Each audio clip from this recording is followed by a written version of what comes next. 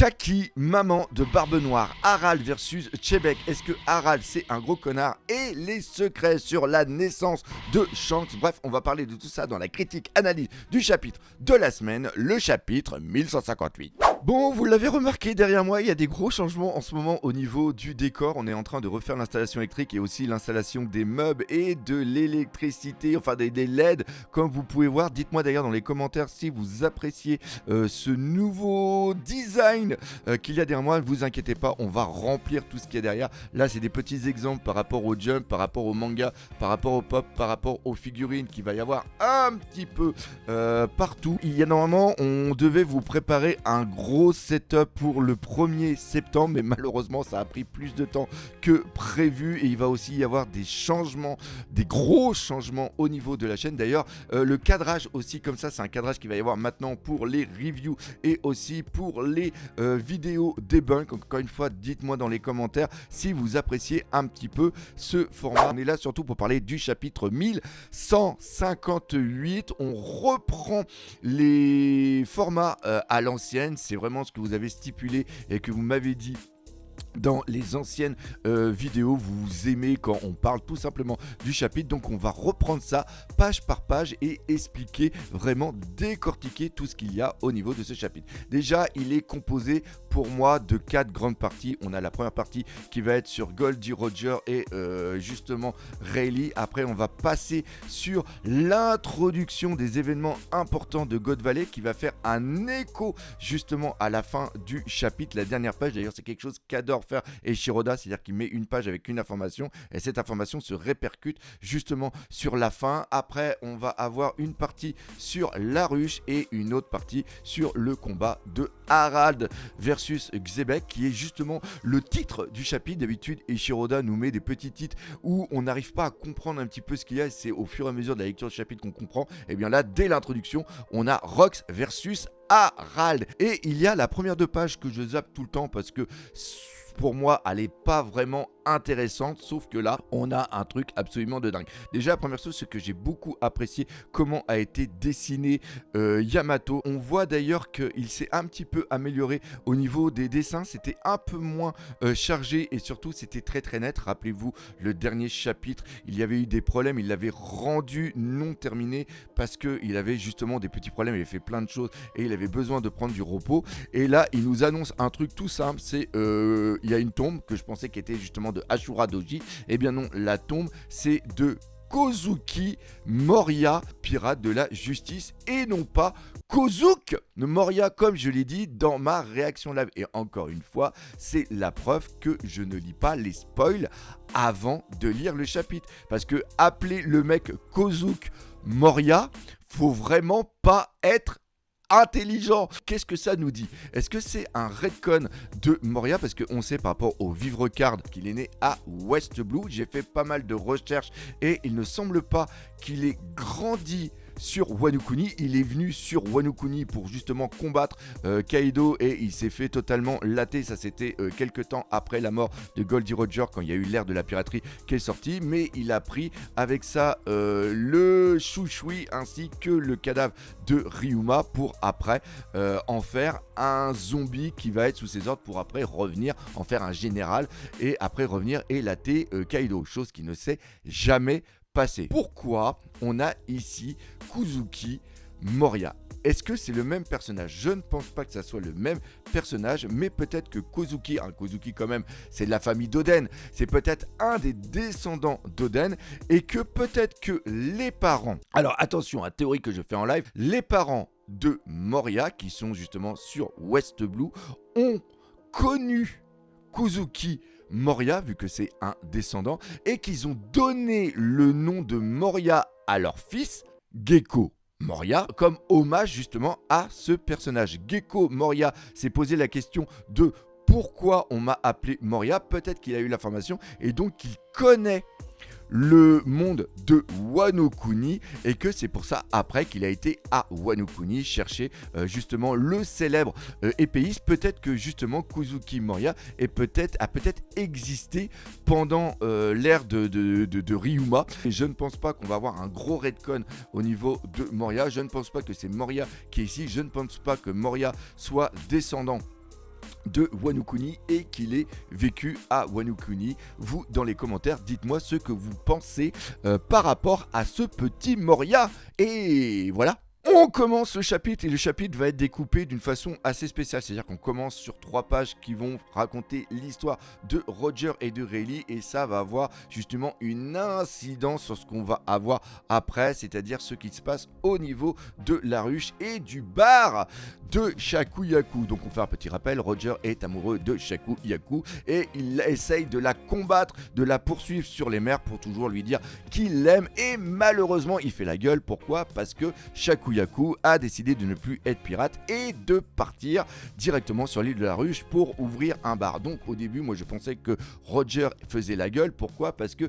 il ne pouvait pas aller sur la Ruche. Et ça, en un sens, c'était logique parce que quand tu vas sur un autre territoire, eh bien tu es obligé de combattre le pirate qui possède le territoire et la ruche c'est justement sous Xebec. Et Xebec, on va pas se mentir, je vois beaucoup de petites théories, de petits débats qu'il y a. En ce moment, Roger n'a pas la puissance pour pouvoir rivaliser correctement avec Rock. C'est pour ça qu'il va avoir les événements de God Valley et que Garp va s'associer justement à Roger pour pouvoir combattre et peut-être tuer Xebec. Ça, c'est même pas sûr parce qu'après, on a encore des informations avec Harald. Enfin bref, tout ça pour dire que Roger, il fait la gueule parce qu'il est toujours amoureux, mais il semblerait que Rayleigh ait eu un mot de comment ça s'appelle, de Shakuyaku. Et encore une fois, c'est un truc qu'il aime bien mettre en place. Nous, on l'a pas trop en français parce qu'il n'y a pas énormément de jeux de mots, mais au Japon, il y a énormément de jeux de mots. On avait eu ça par exemple au niveau de Dragon Ball entre Shishi et Son Goku. Et bien là, c'est à peu près la même chose qui doit y avoir sûrement entre Rayleigh, Shanks et... non, même pas Shanks, c'est Roger et Shakuyaku. C'est par rapport au mot. Shakuyaku a donné un mot à Rayleigh pour que Rayleigh vienne justement là entre guillemets sauvé. Et peut-être qu'il y a un jeu de mots par rapport au fait que Roger, lui, il voit seulement que le fait que Shakuyaku ait écrit à Rayleigh, c'est un mot d'amour et qu'il y a ce problème. En plus, il ne comprend pas que la maladie Kashaki, en vérité, c'est la maladie d'amour. Donc, il y a une sorte de quiproquo qui est quand même assez drôle, qui arrive à assez bien être mis en scène. Je pense que c'est beaucoup plus drôle pour les Japonais parce qu'ils ont l'habitude de ça. Mais encore une fois, ce qu'on apprend après, c'est que Roger décide d'aller sauver Kissa Shakuyaku directement sur l'île et moi je pensais qu'il allait avoir un gros combat, sauf que ce n'est pas le cas. Pourquoi ? Parce qu'il y a eu quelque chose qui a été mis en place de façon tacite au niveau de l'installation du bar de Shakuyaku, c'est que toute personne qui vient au bar, il ne peut pas combattre avec d'autres personnes. Encore une fois, petite blague qui est vraiment excellente du fait qu'il y a une queue où on met 2 ans pour pouvoir avancer et là il y a Roger qui arrive, qui latte absolument tout le monde et qui rentre à l'intérieur.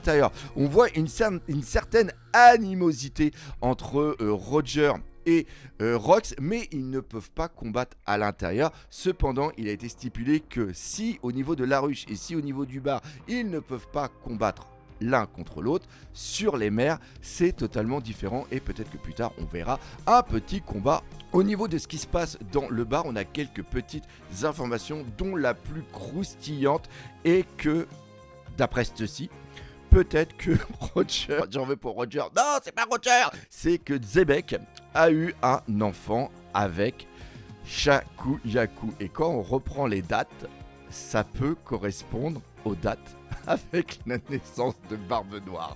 C'est complètement dingue. Ça expliquerait peut-être pourquoi après, vu que Shakuyaku est une ancienne impératrice, j'arrête pas de rigoler parce que pour moi c'est absolument inconcevable que Rox, qui est quand même assez pas mal au niveau de sa tête, et Shakuyaku, bah voilà, hein, c'est à décider style et Shiroda, donc c'est quand même les certains canons de la beauté qu'il a, fait un truc aussi désastreux que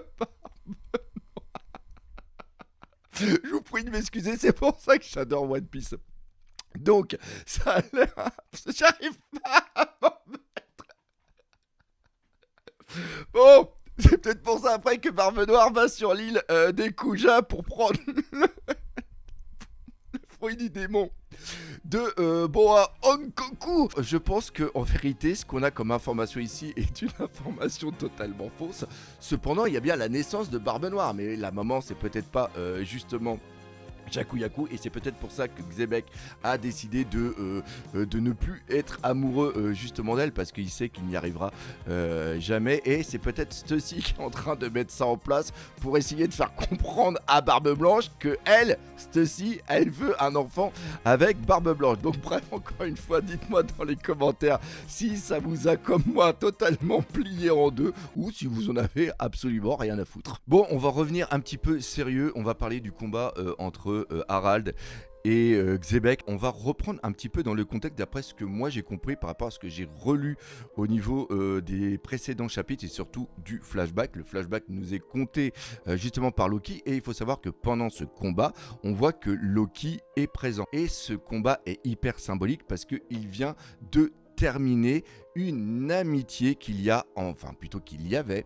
entre Xebec et aussi Harald. Par contre, c'était une amitié qui est bien spécifiée comme étant bizarre. Ce n'est pas pour moi une amitié comme on peut avoir au niveau des Mugiwara, comme on peut avoir aussi par exemple au niveau de Garp et au niveau de Roger, de Oden Kuzuki ainsi que Barbe Blanche et aussi Roger. Harald a du respect pour Xebec, mais par rapport à son statut de pirate et de comment il ne peut pas être ami avec lui. D'un autre côté, on a Xebec qui lui veut vraiment être ami avec Harald, et surtout il a une vision du monde qui peut aider Harald. Harald, ce qu'il veut, c'est que le monde soit meilleur. Et aussi, il faut bien aussi comprendre que les pirates ne sont pas des gentils. Je vais faire une vidéo bientôt là-dessus.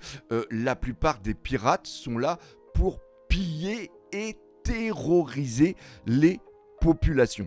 Et donc, c'est ça le problème qu'il y a par rapport à Harald. Harald, c'est un utopiste.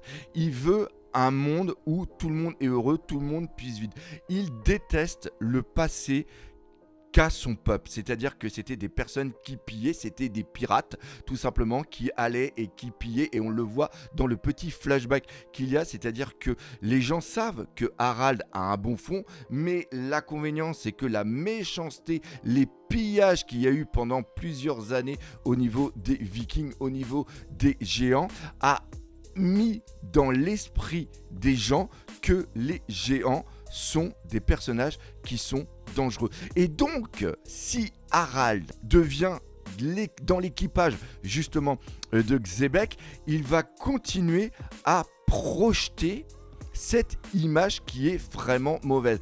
Et pour ça, Harald ne peut pas accepter la proposition que Xebec n'arrête pas de lui faire depuis plusieurs années. Et inversement, il y a Xebec qui se dit « Ok, moi j'ai la capacité et le désir de destituer le gouvernement pour en un sens libérer le monde. Ce sont peut-être les ancêtres des révolutionnaires. Il veut peut-être le faire d'une certaine manière, mais est-ce que lui après veut gouverner le monde? Ça, c'est une bonne question, parce que en un sens, c'est ce qu'il veut être. Il veut être le maître du monde. Et est-ce qu'il sera vraiment un bon maître? Est-ce qu'il va devenir une sorte de tyran plus tard? Et ce qui énerve en un sens Xebec, c'est qu'il voit que son ami est en train de totalement se faire manipuler par rapport au bon fond qu'a Harald. Parce que ça, il faut le comprendre.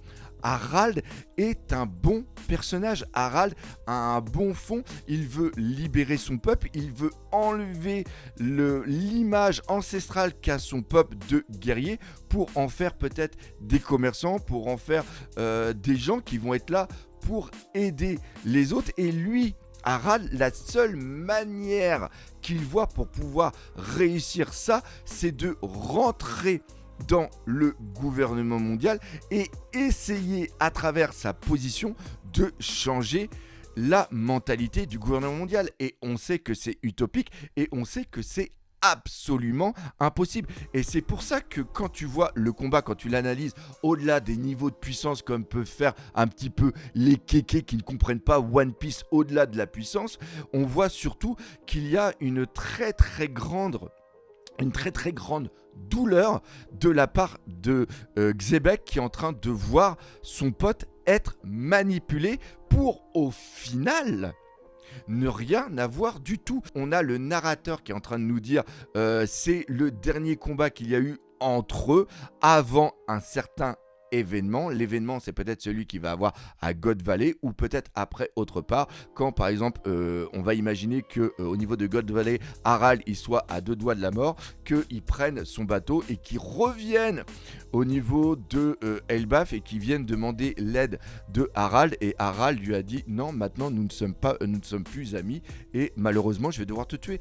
Et si il tue Harald, comme là le combat qu'on a sous les yeux de Loki, on peut comprendre l'animosité que après va avoir Loki envers son père. Tout ce flashback est en train de très très bien se mettre en place.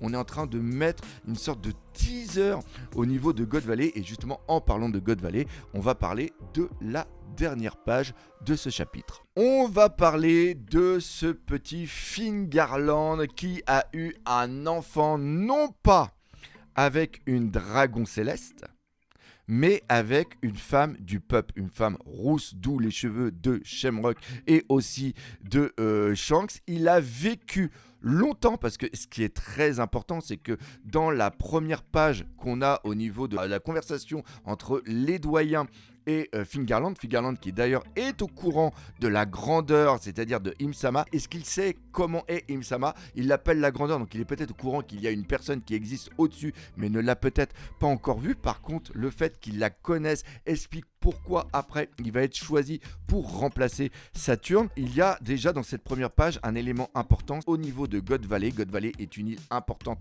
par rapport aux ressources, par rapport à des choses, mais surtout il y a quelque chose de très important dessus qui va intéresser la grandeur. Est-ce que c'est par rapport à une arme antique? Ceci est une très très bonne question. Au moment où on a cette conversation, c'est il y a 40 ans, mais il y a 39 ans, il y a eu la naissance entre Fingarland, enfin la naissance de jumeaux avec Fingarland et la maman qui est rousse, qu'on ne voit pas sa tête, qu'on ne sait pas du tout qui elle est. Ça nous permet de nous donner une certaine temporalité, c'est-à-dire que ça s'est passé il y a un an. Les événements de God Valley vont se passer juste après. Et pourquoi c'est important? Parce que au moment des événements de God Valley, on va dire que les enfants, c'est-à-dire Shamrock et aussi Shanks, vont avoir à peu près 1 an et demi, 2 ans. À 1 an et demi, 2 ans, le gamin il fait du 4 pattes, il va absolument partout, il va même des fois sur 2 pattes et puis il va un tout petit peu partout. Et c'est peut-être comme ça qu'on va retrouver le Shanks dans un trésor et qui va après être pris par justement Goldie Roger.